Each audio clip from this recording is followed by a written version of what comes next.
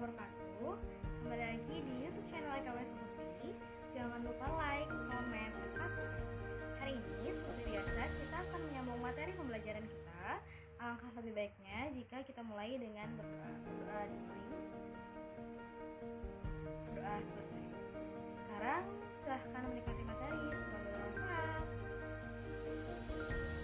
Udah diminta untuk mencari tahu tentang polinomial. Nah, misalnya kalian ada buku LKS-nya, silahkan bisa kalian buka. Itu ada di halaman 42. Nah, polinomial itu juga disebut sebagai dengan kata suku banyak. Apa sih suku banyak atau polinomial? Yaitu adalah suatu polinomial atau suku banyak berderajat n dalam variabel x adalah fungsi dari x yang dapat dinyatakan dalam bentuk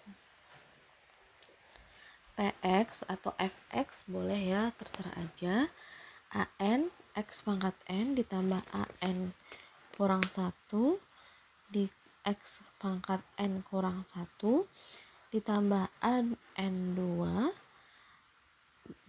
x pangkat n kurang 2 sampai a1x tambah a0. Jadi jangan bingung dengan ini. Jadi an kurang 1, an kurang 2, a1, a0 itu tuh nanti angka yang bebas kalian isi. Misalnya mau 2, 3, negatif pun boleh atau 0 pun boleh. Nah, jadi ada syaratnya. Apa syaratnya? Pangkat n di sini itu adalah bilangan cacah.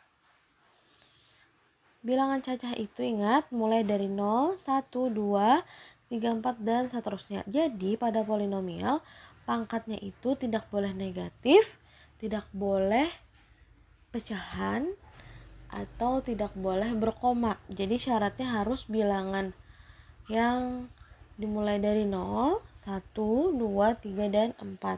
Jadi misalnya ada x pangkat setengah itu tidak termasuk dari polinomial, atau x pangkat negatif 1 itu juga tidak termasuk polinomial. Nah, di sini an1, an kurang 2 sampai a1 sampai itu adalah disebut koefisien dari suku banyak, atau koefisien misalnya an itu koefisien dari x pangkat n. Nah, kemudian kalau a0 disebut dengan konstantanya, atau angka yang di belakang itu konstantanya. Nah, an sendiri itu tidak boleh sama dengan 0. Contoh,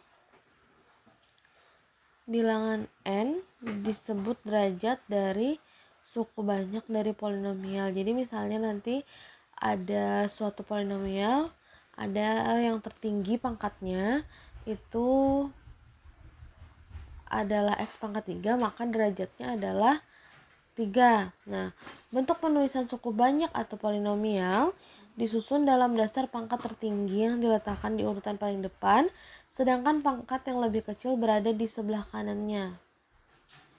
Nah, di sini contohnya adalah tentukan derajat polinomial dari 2x pangkat 2 tambah 5 dikali x pangkat 3 kurang 3 dan menentukan koefisien dari x pangkat 3. Nah, pertama kita harus membebaskan suatu polinomial itu dalam bentuk aljabar biasa. Jadi bukan dalam bentuk perkalian, penjumlahan, pembagian yang harus diselesaikan dulu gitu. Nah, ini diselesaikan dulu, dikalikan dulu.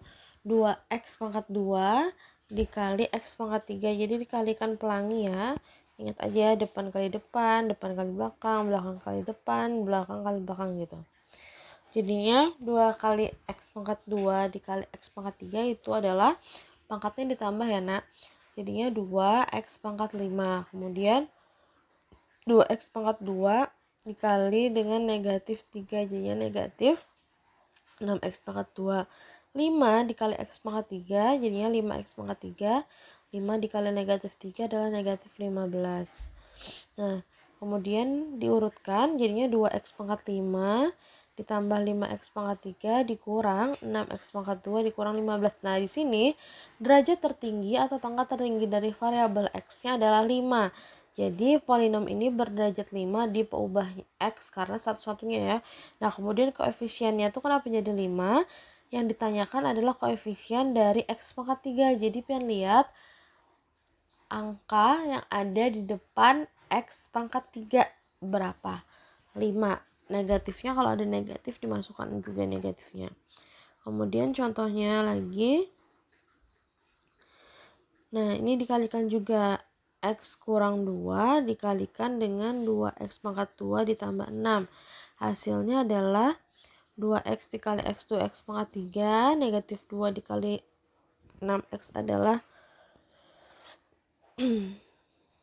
nah, ini lupa diganti. Di sini adalah seharusnya negatif 12x ya. Oh enggak. Saya mengalinya ini. Oh ya. Benar ya? X dikali 2x pangkat 2, 2x pangkat 3, x dikali 6x itu 6x pangkat 2, negatif 2 dikali 2x pangkat 2 itu negatif 4x pangkat 2, kemudian negatif 2 dikali 6x itu negatif 12x. Nah, itu perlu ditambahkan 6 dikurang 4x karena hasilnya adalah 2, kemudian pangkat tertingginya juga 3, maka derajatnya adalah 3. Kemudian ditanyakannya koefisien di depan x. Di depan x adalah negatif 12, maka koefisiennya adalah negatif 12. Contoh selanjutnya, nah ini ada diberikan, ini ada berapa suku? 1, 2, 3, 4, 5, 6, 7, 7 suku. Nah, bisa ya cara menghitungnya berapa suku? 1, 2 dipisahkan oleh tambah atau kurang? 3, 4, 5, 6, 7. Nah, kemudian tapi di sini variabelnya ada 3. Jadi derajatnya ada 3 macam berdasarkan variabel masing-masing. Ada di buku kalian tuh di halaman 42 juga. Berderajat 4 pada peubah atau variabel x, kemudian di variabel y-nya pangkat tertingginya adalah 2. Jadi berderajat 2 dalam peubah atau variabel y dan berderajat 3 dalam peubah atau variabel z. Nah, kemudian nilai suku banyak. Menentukan nilai dari suku banyak ini ada dua cara. Yang pertama metode substitusi dan metode Horner. Metode substitusi ini sering kalian gunakan ketika SMP. Contohnya ada di halaman 43. Fx sama dengan x pangkat 3 ditambah 4x pangkat 2 kurang 18 untuk x sama dengan 1. Jadi x-nya tinggal kalian gantikan dengan 1. Yang awalnya x pangkat 3 jadinya adalah negatif 1 pangkat 3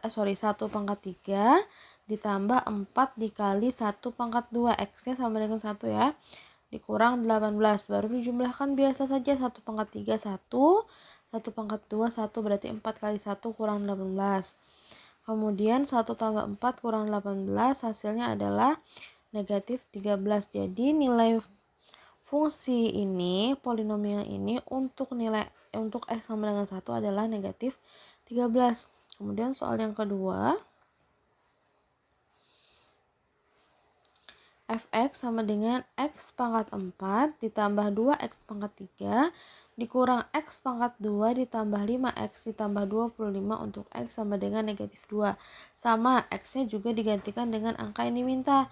X-nya digantikan dengan x sama dengan negatif 2. Jadinya negatif 2 pangkat 4 ditambah 2 dikali negatif 2 pangkat 3 dikurang negatif 2 pangkat 2 ditambah 5 dikali negatif 2 ditambah 25.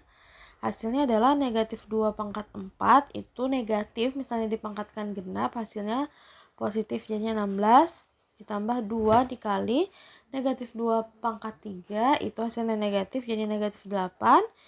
Nah, dikurang negatif 2 pangkat 2 jadi 4, dikurang negatif 10 karena 5 dikali negatif 2 ditambah 25.